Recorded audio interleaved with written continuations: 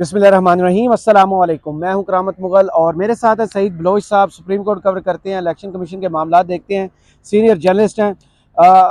Saeed Bloch साहब, elections पर अभी भी अबहम है कि कब होंगे, कैसे होंगे, हल्का बंदियाँ नहीं होंगी, पुरानी होंगी। CCI के फैसले को कैसे रद्द किया जा सकता है? इलेक्शन कमीशन डटा हुआ है, तारीख सदर साहब नहीं देंगे, हम देंगे। मामला यूँ ही लगता है कि जैसे सुप्रीम कोर्ट की तरफ आएगा। लेकिन मैं आपकी तवज्जो दिलाऊँगा, 16 दिसंबर 2022 को इलेक्शन कमीशन ने एक ख़त लिखा था। उस ख़त में कहा गया था कि शायद अगर 31 मार्च तक हल्का बंदियाँ नहीं होती, डिजिटल मरदमशुमारी नोटिफाई नहीं होती, तो इलेक्शन पुरानी हल्का बंदियों पर होंगे। ये मामला क्या है और इसको वायलेट किसने किया और कैसे किया? बहुत शुक्रिया करामत मुगल साहब। देखें, अब जो इलेक्शन कमीशन है ना, इसको मुखफ़फ़ इसका बनता है ECP। जी तो मैं अक्सर इसको कहता था कि ये इलेक्शन कमीशन ऑफ पाकिस्तान नहीं बल्कि इलेक्शन कमीशन ऑफ PDM है। सही। और उसकी वजह यह है कि जब से मौजूदा चीफ इलेक्शन कमिश्नर साहब आए हैं, जिनको पाकिस्तान तहरीक इंसाफ ने मुंशी कहा, तो उनके खिलाफ मुकदमात बना दिए गए थे। जो सदर हैं पाकिस्तान तहरीक इंसाफ के एहतजाज हुआ था तो इमरान सीनियर नायब लाहौर में सदर, बैठे हुए पर केस हो गया था। जी जी जी जी, फवाद चौधरी के खिलाफ मुकदमा बना, कई रोज उनको उसमें घसीटा गया। हाल तो वो डी लिस्ट हो गया। जी जी। तो वो ये जो इलेक्शन कमीशन है, ये असल में सारी बदनीयत ही इसकी है। सही। हम अगर थोड़ा सा पीछे चले जाएं तो गुज़श्ता साल जो डिप्टी स्पीकर कौमी असम्बली की रूलिंग का केस था सुप्रीम कोर्ट में, चीफ इलेक्शन कमिश्नर साहब को बुलाया गया था। उस वक्त इम्कान यही था कि इलेक्शन शायद हो जाएंगे, सुप्रीम कोर्ट डिप्टी स्पीकर कौमी असम्बली की रूलिंग का लदम करार ना दे और इलेक्शन हो जाए। लेकिन जब चीफ इलेक्शन कमिश्नर साहब आए तो उन्होंने कहा जी हमने तो नई हल्का बंदियां करनी है और उसके लिए हमें कम अज़ कम 4 माह चाहिए। अप्रैल का महीना था, 7 अप्रैल की तारीख थी, तो उन्होंने कहा 4 माह लगे तो ये 7 अगस्त तक जाएंगे। और 7 अगस्त के तकरीबन कोई मिड ऑफ द अगस्त इन्होंने कहा जी कि अगस्त के वस्त में हम जो ये है हल्का बंदी है, हाँ। ये हम मुकम्मल कर लेंगे। और उसके 4 3 माह माह बाद इलेक्शन, 7 माह का वक्त मांगा था। जी जी। तो उस पर फिर सुप्रीम कोर्ट ने कहा कि फिर अगर 7 माह का वक्त लगेगा तो फिर तो जो हुकूमत है उसको निगरान हुकूमतें तो नहीं बरकरार रखी जा सकती। तो उस पर फिर वो डिप्टी स्पीकर की रूलिंग कलअदम करार दे दी गई। और इस तरह जो इलेक्शन के इनेकाद में सबसे बड़ी रुकावट बने वो जनाब चीफ इलेक्शन कमिश्नर साहब खुद बने, जिनका काम ही इलेक्शन करवाना था। फिर आप देखें कि इस्लामाबाद में बल्दियाती इंतखाबात करवाने थे, वो नहीं करवा सके। पंजाब और खैबर पख्तूनख्वा में आम इंतखाबात नहीं करवा सके। और अब कौमी असम्बली, चारों सूबाई असम्बली समेत कौमी असम्बली के इंतखाबात आए तो वहाँ पर भी इनकी नाहली और नलायकी जो है वो खुलकर सामने आ चुकी है। और जैसा आपने जिक्र किया कि अभी अभी आप इनको देखें कि कहते हैं जी कि हल्का बंदियां करनी जरूरी है। ठीक है, अब जो फरमा रहे हैं जो 5 अगस्त को कार्रवाई डाली गई, जी जी 5 अगस्त को, और 17 अगस्त को इन्होंने हल्का बंदियों के नोटिफिकेशन भी जारी कर दिया कि हम 14 दिसंबर को हल्का बंदियों की हतमी फहरिस्त जारी करेंगे। अगरचे अब उसको कम करके 30 नवंबर कर दिया गया। लेकिन मजे की बात यह है कि गुज़श्ता साल 16 दिसंबर को स्पेशल सेक्रेटरी हैं इलेक्शन कमीशन के इकबाल जफर हुसैन साहब जी, उन्होंने एक खत लिखा था सेक्रेटरी वजारत मनसूबाबंदी को, एहसन इकबाल साहब की मिनिस्ट्री जी मिनिस्ट्री को। उन्होंने कहा था कि इलेक्शन कमीशन ने आम इंतखाबात करवाने हैं, तो अगर वजारत मनसूबाबंदी जो डिजिटल मरदमशुमारी है वो करवाना चाहती है तो उसके जो नतायज हैं वो हमें 31 अगस्त और 31 मार्च 2023 तक हर सूरत मिल जाने चाहिए। बसूरत दीगर फिर जो हल्का बंदियों का मामला है वो खटाई में पड़ जाएगा और इलेक्शन कमीशन जो गुज़श्ता हल्का बंदियां हैं उसी के मुताबिक इलेक्शन करवाएगा, पहले से जो पहले से मौजूद है, जो इलेक्शन कमीशन उसी साल अगस्त में मुकम्मल कर चुका था गुज़श्ता साल। क्योंकि 4 अगस्त के इधर सुप्रीम कोर्ट के फैसले के बाद इलेक्शन कमीशन ने हल्का बंदियां शुरू कर दी थी। उस वक्त बहाना यह बनाया गया कि चूंकि फाटा के इजला KP में मर्ज हुए हैं तो उसकी वजह से KP की कौमी असम्बली की 6 सीटें कम हुई हैं, तो हमें हल्का बंदियां करना जरूरी है। अगर उस वक्त इस नुक्ते को भी देखा जाए तो उस वक्त भी ये था कि आप ज्यादा से ज्यादा खैबर पख्तूनख्वा की हल्का बंदियां कर लें, बाकी पूरे मुल्क में तो आपने वो नशिस्तें तब्दील नहीं करनी थी, सिर्फ खैबर पख्तूनख्वा में करनी थी। तो आप अगर सिर्फ KP की जो हल्का बंदियां थी वो कर लेते तो उसमें भी ज्यादा से ज्यादा 1 माह लगता और वो काम बासानी ऑलरेडी हो चुकी। जी जी, वो बासानी किया जा सकता था। इलेक्शन उस वक्त भी टाइम पे हो सकते थे। 3 माह के बाद इलेक्शन के बाद हुकूमत बन जाती और आज मुल्क में शायद इस्तेकाम होता है। जो आज बर्बादी हम देख रहे हैं ये ना देखनी पड़ती। लेकिन इलेक्शन कमीशन ने सेक्रेटरी वजारत मनसूबाबंदी को कहा जी कि आप हमें 31 मार्च 2023 तक डिजिटल मरदमशुमारी के नताइज दें, बसूरत दीगर फिर इलेक्शन कमीशन पुरानी हल्का बंदियों के ऊपर इलेक्शन करवाएगा। लेकिन अब इलेक्शन कमीशन की फुर्तियां कहें, फुर्तियां नहीं करनी चाहिए, बददियानती और बदनीयती कहना चाहिए, क्योंकि ये कुछ हलकों के मोहरे बने हुए हैं। ये वजारत खारजा के जो इजाज़त लिए बगैर ये अमरीकी सफीर से छुप के मिलते हैं, इस पर सख्त रद्द-ए-अमल और वजारत खारजा ने उसके ऊपर सख्त रद्द अमल दिया है कि हमारी इजाज़त और नोटिस में लाए बगैर आपने क्यों मुलाकात की, कैसे मिल सकते हैं। फिर आप ये देखें कि वही जो अमरीकी सफीर साहब हैं वो कुछ दिन के बाद मरियम नवाज साहिबा से मिलते हैं, वो दीगर जो पीडीएम की सीडीएम पंजाब से मिलते हैं,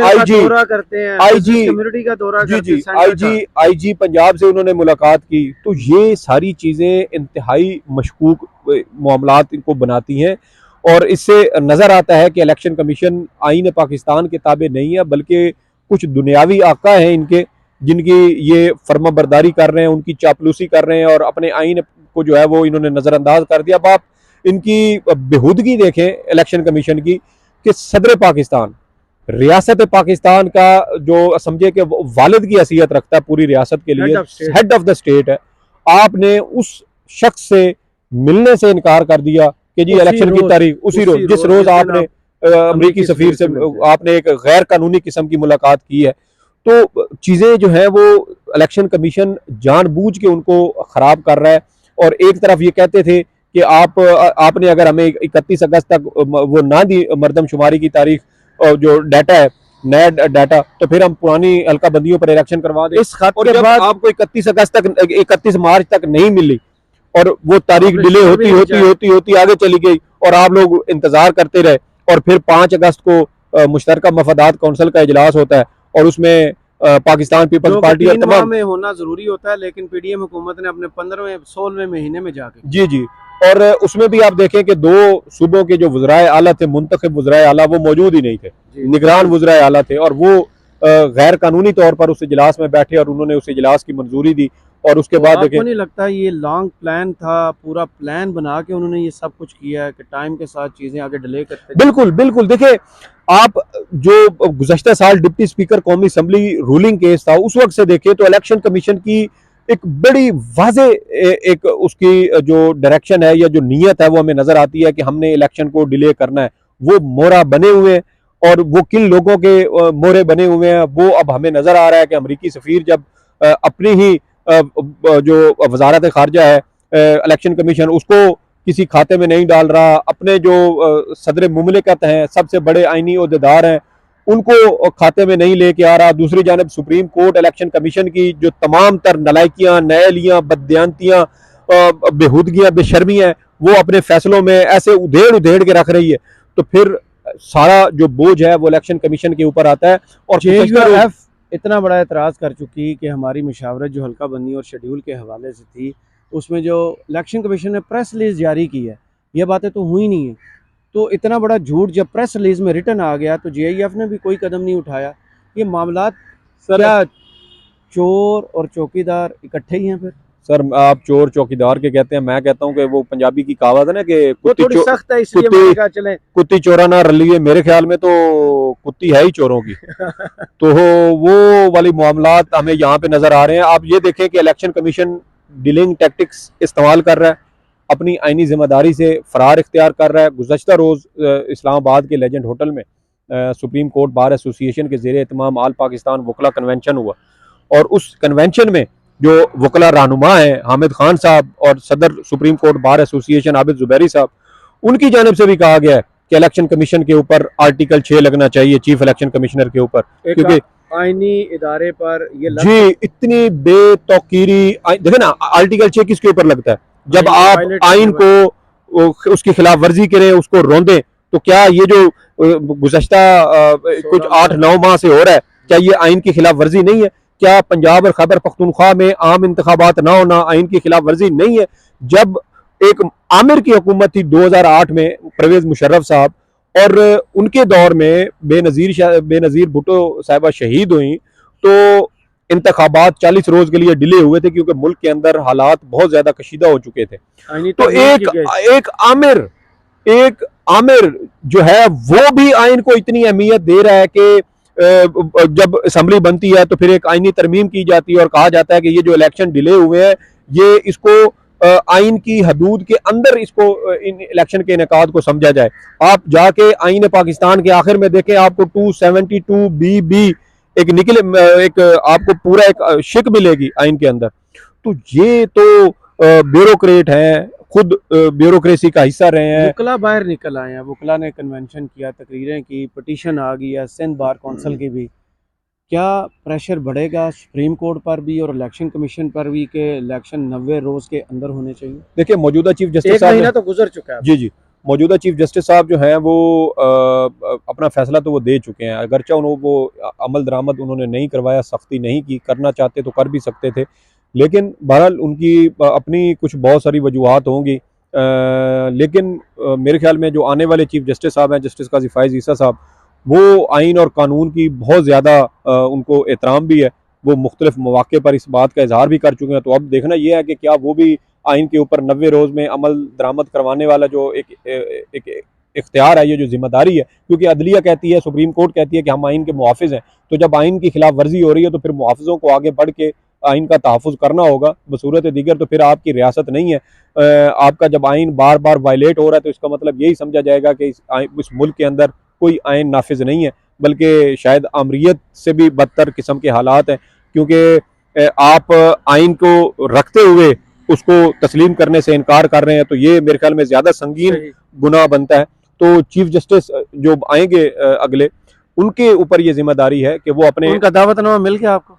देखिए जी, हमें दावतनामा नहीं मिला। जो उनके करीब हैं, जो उनके चाहते हैं, उनको आया है और उनको वो जाएंगे। हम चूँकि जो हक सच की बात होती है वो करते हैं और वो शायद उनको बुरी लगती हो, तो हमें तो नहीं भेजा गया। चलें, बहुत शुक्रिया सईद बलोच साहब, आपके तजिए का कमेंट्स बॉक्स में ज़रूर बताइएगा। वीडियो आपको कैसी लगी, इजाज़त दीजिए, अल्लाह हाफिज़।